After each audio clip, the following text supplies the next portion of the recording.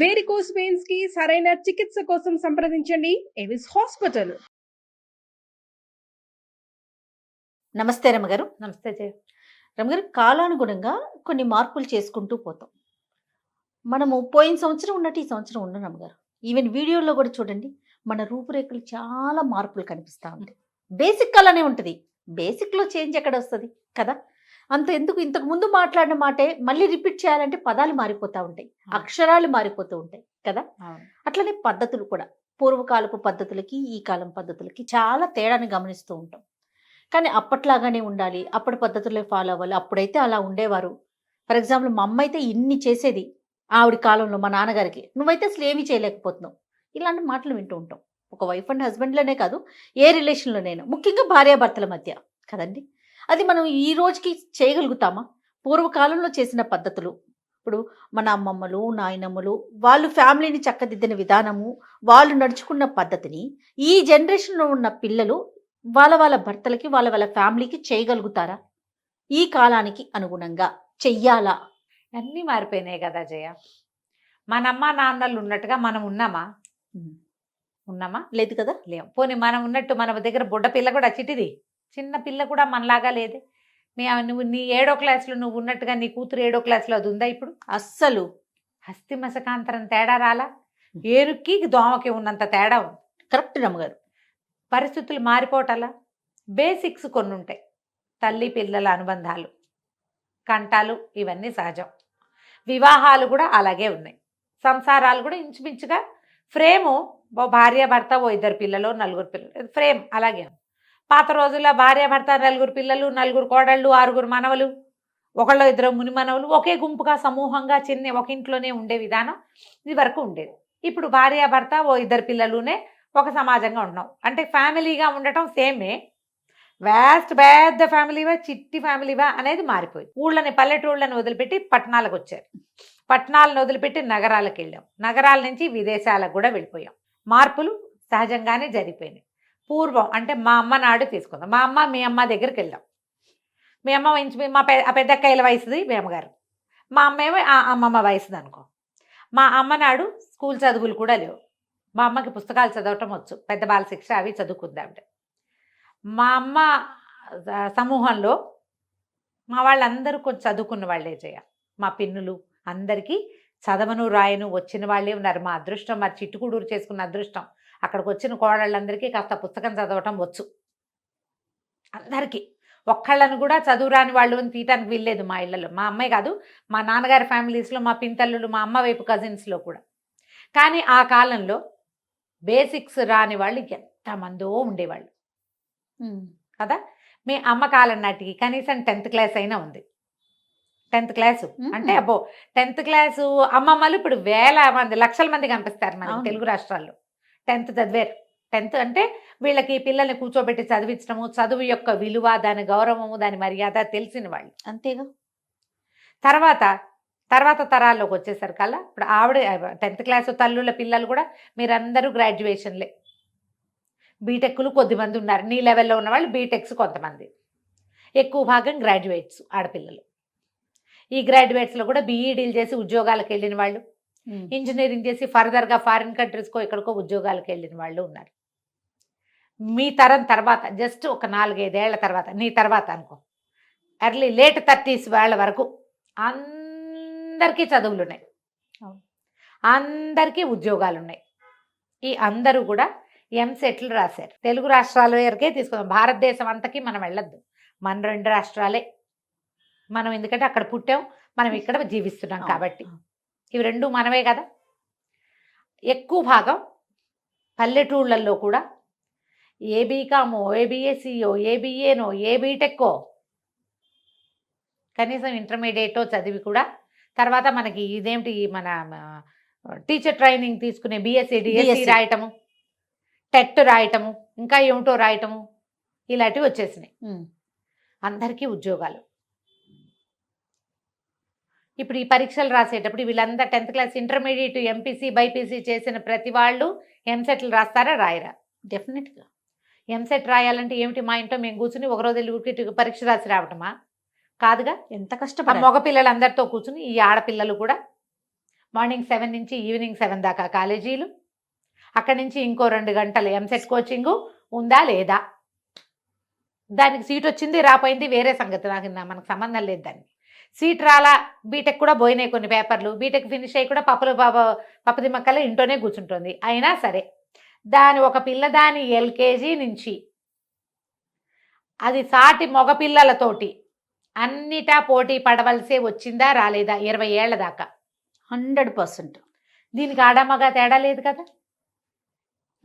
కానీ ఇళ్లలో మాత్రం నువ్వు ఆడపిల్లవి పని నేర్చుకోవాలి, లేకపోతే రేపొద్దున కష్టం అని ఆడపిల్లలకి పనులు నేర్పే కుటుంబాలు ఉన్నాయి, నేర్పనివి ఉన్నాయి. ఆ చదువుకుంటుంది దానికి ఎందుకు అనుకునేవాళ్ళు. కానీ బేసిక్గా ఆడపిల్ల రేపొద్దున పెళ్లి చేస్తాం అన్న పాయింట్ తోటి ఇప్పుడు కూడా ఈ ఏమంటారు 22వ శతాబ్దం వచ్చినా కూడా అదే కథ మనకి నడుస్తూనే ఉంది. కానీ స్ట్రెస్ లెవెల్స్ సమానంగా ఉన్నాయి ఆడకి మొక్కి. ఇప్పుడు ఈ చదువుకుంటున్న పిల్లకి జడ చిన్నపిల్లలు కాస్త పెద్దవాళ్ళు అయ్యి ఇంజనీరింగ్ అయ్యాక ఉద్యోగాలు చేశాక పెళ్ళిళ్ళు అవుతాయి. మగపిల్లలు అంతే, చిన్న చిన్న గౌన్లు వేసుకుని చొక్కాలు వేసుకుని టీచర్ స్కూళ్ళ దగ్గరికి పోయిన వాళ్ళంతా మొగుళ్ళు అవుతారు, పెళ్ళాలు అవుతారు. మొగుడు అవ్వగానే వాడు కింగ్ అయిపోతాడు, పెళ్ళాం అవ్వగానే ఇది పని మనిషి అయిపోతుందా? ఎట్లా అయిపోతారమ్మా చెప్పు? ఇద్దరు సమానమేగా. అంతే. వాడు కింగ్ అయితే ఇది క్వీన్ అయి తీరాలిగా. అంతేగా.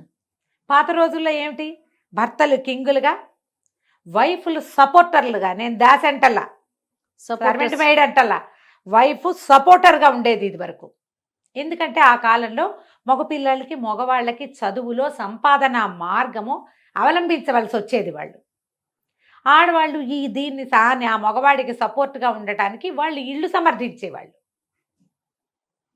ఆ కాలంలో భర్తలు సంపాదన పరుడైన వాడిని గౌరవించాలి కాబట్టి ఆడవాళ్ళు మరింత గౌరవంగా ప్రవర్తించేవాళ్ళు. అది నేర్పబడేది. ఇప్పుడు మన పై ఆఫీసర్ని మనం గౌరవించమా? అంతేగా. అంత సహజంగా సంపాదన పరుడైన మగవాడిని ఆడవాళ్ళు గౌరవించేవాళ్ళు. వాడు బయటికి వెళ్ళి పని చేయాలి, సమాజంలో 4 సమర్థించుకురావాలి. ఈ ఇంట్లో పుట్టిన నత్తా నావా బోళ్ళంత మంది పిల్లలు ఉన్నారు, వీళ్ళందరికీ పెళ్లిళ్ళో పేరెంటాలో చదువులో చెయ్యాలి, నిలబెట్టాలి వాళ్ళ జీవితాలు. దీనంతకీ ఆధారం ఎవరు? ఈ సంసార నావకి చుక్కాని మగవాడు. అంతే. ఇది సరంగు, దాన్ని నడిపికెళ్ళేది ఆడది. కాబట్టి ఆ చుక్కానిని దీనికి జాగ్రత్తగా ఇది మెయింటైన్ చేసేవాళ్ళు. ఆ సమయంలో ఆడవాళ్ళు లొంగి ఉండటము, సేవించటము సహజంగా జరిగేది. చేయాలి, మ్యాండేటరీ కాదమ్మా, అది సహజమైన క్రియ. ఒక బలశాలి పనిమంతుడు అయిన వాడికి బలహీనుడైన వాడు కిందెత్తున చేయగలిగే సపోర్టు. ఒకడు నిచ్చెనెక్కాడు, కింద ఒకడు పట్టుకున్నాడు. పైన ఎక్కాడు వాడు గొప్ప, కింద పట్టుకున్న వాడు తక్కువ కాదు. వాడికి ఎక్కే అవకాశం వచ్చింది, దాన్ని ఆపే అవకాశం వీళ్ళకి వచ్చింది. కింద ఎవరు ఆపకపోతే పడిపోతాడు వాడు ఏదో ఒక టైంలో. అంతే. ఆడ మగ ఇలా వెళ్ళేవాళ్ళు. దాన్ని మనం ఎలా చూసామంటే, మనం ప్రపంచం ఎలా చూసిందంటే, ఆడది బానిస, మగవాడు కింగు. ఇలా ఏళ్ల తరబడి తరాల వెంబడి మగవాళ్ల తాలూకు గట్టితనం కింద, దౌష్ట్యం కింద నలిగిపోయినట్టుగానే ఆడవాళ్ళు ఉండవలసి వచ్చేది. ఇది ఒక సహజంగా జరిగిపోయినవంతే.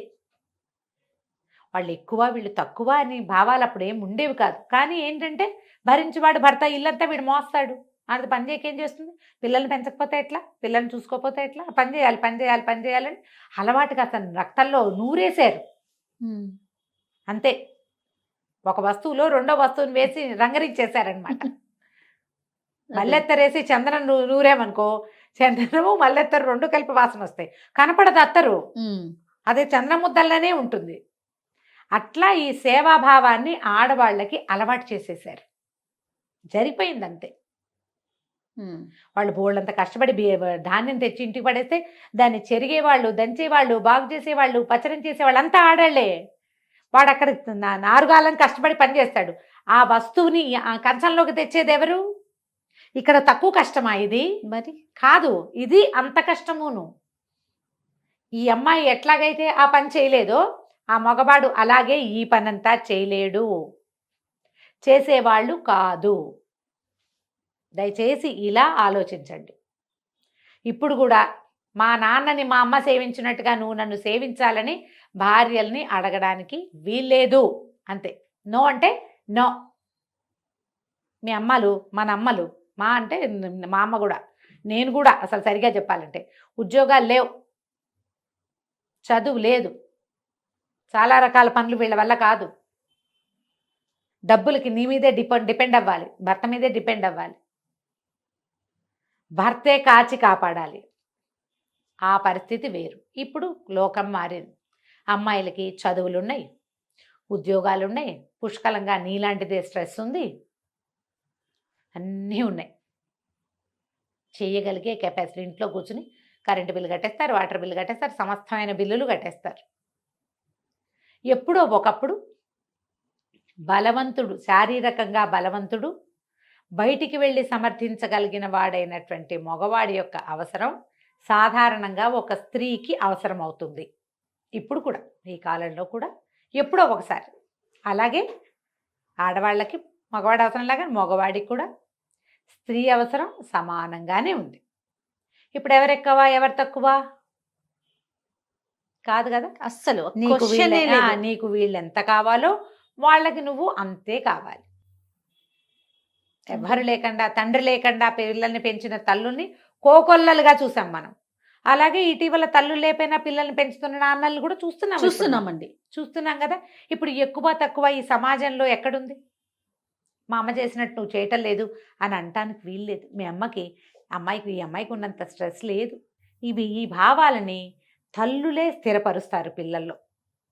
ఇప్పుడు నేను చూస్తున్నాను, రేపు పెళ్ళాం వచ్చి చూసుకుంటుంది అని. పెళ్ళాం వచ్చి చూసుకుంటుందని దాన్ని ఏదో 10th క్లాస్ ఇంటర్మీడియట్ పిల్లల్ని వీళ్ళు తెస్తారా అంటే తేరు. చక్క వీటితో పాటు బ్రహ్మాండంగా 35 లక్షలు 46 లక్షల ప్యాకేజీ ఉన్న పాప కావాలి వీళ్ళకి. ఆ ప్యాకేజ్ అంతా తెచ్చేది ఇక్కడ నువ్వు సమర్థించినట్టే. నీ కొడుకు ఆమ్లెట్ ఇష్టం, అందులో మిరియాలు వేస్తే ఇష్టం, అందులో అదేదో వేస్తే ఇష్టం. వేళకి ఇంటికి వచ్చేసి వీడికి ఆమ్లెట్లు పెట్టేసి, ఇల్లు సర్దేసి, చంటి పిల్లల్ని సవరించేసి అన్ని చేసాలంటే అదేమన్నా మనిషా మెషినా? మనిషే కాదు పాపం. అవునా? ఈ ఆలోచన విధానం మారాలి. ఇది బేసిక్. ఆడవాళ్ళల్లో మారితేనే మగపిల్లల్లో మారుతుందమ్మా, మీరు నమ్మండి ఆ మాట. ఎందుకంటే ఇప్పుడు మీరేంది ఒట్టు మీద కూర్చుని చెప్తారు లాంటివి నన్ను అనడానికి వీల్లేదు, నన్ను అనడానికి కుదరదు. నేను దానికి సిద్ధపడి ఉన్నా. నేను కూడా నా కొడుకులకు పెళ్ళిళ్ళు చేయవలసిందే, నేను రెడీగా ఉన్నా దానికి. ఈ రోజుల్లో పిల్లలు ఎలాంటి స్ట్రెస్ అనుభవిస్తున్నారో కంటితో చూస్తున్నాం మనం. అవును రమ్మగారు. మనకు వచ్చే కోడలు మాత్రం 4 సమర్థించాలి, మన కొడుకు ఇంకా కూచిపాపాయిలాగా మనవళ్ళలోనే కూర్చుంటాడంటే ఎట్లా కుదురుతుంది కదా? తప్పు కదా అది. 100%. వీడికి సాగాలని అనుకోవద్దు. మీ మగ పిల్లల్ని సర్వసమర్థులుగా తయారు చేయండి. వాడు ఆడపని మగ పని ఎడం చేత్తో చేసి పారేస్తాడు. ఇప్పుడు మనం ఏం చేస్తాం చూసారా? అసలు మనకు తెలియకుండానే అమ్మాయిలకి మగపిల్లలాగా సంపాదన నేర్పించాం, చదువులు చెప్పించేసి సంపాదన నేర్పించాం. ఇంట్లో పనులు కూడా వాళ్ళకు వచ్చు. కానీ మగపిల్లల్ని సంపాదన పనులుగానే మాత్రం ఉంచి ఆడవాళ్ళలాగా అన్ని పనులు చేసుకోవడం మాత్రం నేర్పట్లేదు. ఫెయిల్ అయిపోయాం తల్లులు. అసలు నేర్పించట్లేదు రమ్మగారు. మగపిల్లలు కనీసం ఆమ్లెట్ వేసుకోవటం, అమ్మకు ఒక రోజు ఒంట్లో బాగోకపోతే అంత బియ్యం కడిగి పెట్టుకుందాం, అంత పప్పు వండుకుందామన్నా అది కూడా రాని పిల్లలు ఎంతమంది ఉన్నారో. కాబట్టి అమ్మ, తల్లులుగా ఫెయిల్ అవ్వకండి. తల్లులు ఫెయిల్ అవ్వకూడదు. ఫెయిల్ అవ్వటం అంటే మనం ఏమనుకుంటాం, వాళ్ళని బాగా చదివించలేకపోతే, వాళ్ళని బాగా ముందుకు తీసుకెళ్ళలేకపోతే ఫెయిల్ అయినట్టు కాదు. వాడికి పని పాట నేర్పించకపోతే పూర్తిగా అధ్వానం, వేస్ట్ మన పెంపకం, దండగా. అలా చెయ్యొద్దు. మన పిల్లల్ని 4 సమర్థించుకోగలిగేలాగా నేర్పించండి. ఆడపిల్లలకి ఎంత నేర్పాలో మగ పిల్లలకు కూడా అంతా నేర్పాలమ్మా. పురాతన కాలపు భావజాలాల్లో దయచేసి మీరు ఉండద్దు, మీ పిల్లల్ని ఉంచొద్దు. ఇప్పుడు లోకం ఇదివరకట్లాగా లేదు. కనీసం మన అంటే 30 ఏళ్ల క్రితం పెళ్ళిళ్ళైన వాళ్ళ రకంగా కూడా ఈ రోజున లేదు. సమాజం మారింది. మనం మారాలి, మనం కూడా మారాలి. నేను ఇప్పుడు నా సంగతి చెప్తా కదా జయ, నేను అన్ని నేనే అమర్చి అన్ని నేనే సవరిస్తాను. నా పిల్లలు కూడా వాళ్ళ పిల్లలు అలాగే చేయాలని నేను అనుకోవటల్లా. అనుకోవాలి అంటే మీరు అలా అనుకున్నప్పుడు ఆ అమ్మాయి ఇంట్లో ఉండే అమ్మాయిని తెచ్చుకోవాలి. ఇంట్లో ఉన్నా చేయరమ్మా, చేసే రోజులు కాదంట. కాదు, ఎందుకంటే వాళ్ళు అవి చూడలా. ఇప్పుడు ఒక అమ్మాయి ఇంట్లో ఉండాలనుకుంటుంది, దానికి తెలుసు వాళ్ళ అమ్మ ఏం చేసేవారు కాదు అట్లా. ఇదేం చేస్తుంది అది చూడలేదు, తెలీదు. ఈ కాలం కాదు అది. ఇంట్లో ఉండే అమ్మాయిలు తెచ్చినా వాళ్ళు చేయరు. ఇంట్లో ఉండి స్ట్రెస్ ఫీల్ అయ్యామని బాధపడతారు. బయటికి వెళ్తే ఎంత స్ట్రెస్, ఇంట్లో ఉన్నా అంతే స్ట్రెస్. ఎందుకంటే పని లేదుగా. ఇళ్లలో పని లేవమ్మా. నువ్వు వీళ్ళేంటి ఊడవాలా, తొడవాలా, కడగాల, దంచాలా, చెరగాల, ఏం చేయాలి, అన్నిటికీ మెషిన్లు వచ్చినాయి. అవును. ఆ రోబో పడేస్తే దాని దారిన అది ఇల్లు చేసుకుంటాం. ఓ 1000 రూపాయలు పడేస్తే పని మనుషులు దొరుకుతారు. అవునా? కాబట్టి ఈ కాలం అది కాదమ్మా. పిల్లల్ని ఎక్స్పెక్టేషన్స్ లేకుండా తమ పనులు అన్నీ తాము చేసుకోగలిగేటట్టు, ఎవరన్నా వస్తే వస్తారు, లేకపోతే లేదు. పూర్వం లాంటి సమాజం ఇప్పుడు లేదు. పూర్వపు సమాజం కథలు వింటాం జయ్య మనం. భర్తలు స్నానం చేస్తే వాళ్ళ బట్టలు భార్యలే ఉతకాలని, లేకపోతే కుదరదని. ఏం కాలం అవి, ఇప్పుడు అందరూ ఉతుకుంటున్నారు, ఎవరి బట్టలు వాళ్ళు ఉతుకుంటారు, లేదా ఎవరు కుదిరితే వాళ్ళు వాషింగ్ మెషిన్లో వేస్తారు. ఆడేమిటి మొగేమిటి చెప్పు దానికి. రమ్మగారు మగపిల్లలు కూడా రమ్మగారు ఎవరి బట్టలు వాళ్ళు వేసుకుని వాళ్ళు దండాల మీద వేసుకుంటున్నారు. చాలా మంది వేసుకుంటున్నారు. ఒకవేళ వేసుకొని వాళ్ళు ఉంటే మీ పిల్లలకి వాషింగ్ మెషిన్ వేయటం నేర్పించండి. అంతే. వాళ్ళ అండర్వేర్లు వాళ్ళు ఉతుక్కోవాలి, వాడు తువ్వాలి వాడు ఆరేసుకోవాలి, లేదా వాడు ఒంటరి జీవితంలో చాలా కష్టపడతాడు. అదే పిల్ల గొప్పలేం కాదమ్మా. ఆ కాలాన్ని వదిలేయండి దయచేసి. పురాతన భావజాలాలు విని ఈ కాలంలో అలా కావాలని కోరుకోకండి. భావజాలాలు మార్చుకోండి. రైట్. నమస్తే. నమస్తే జయ.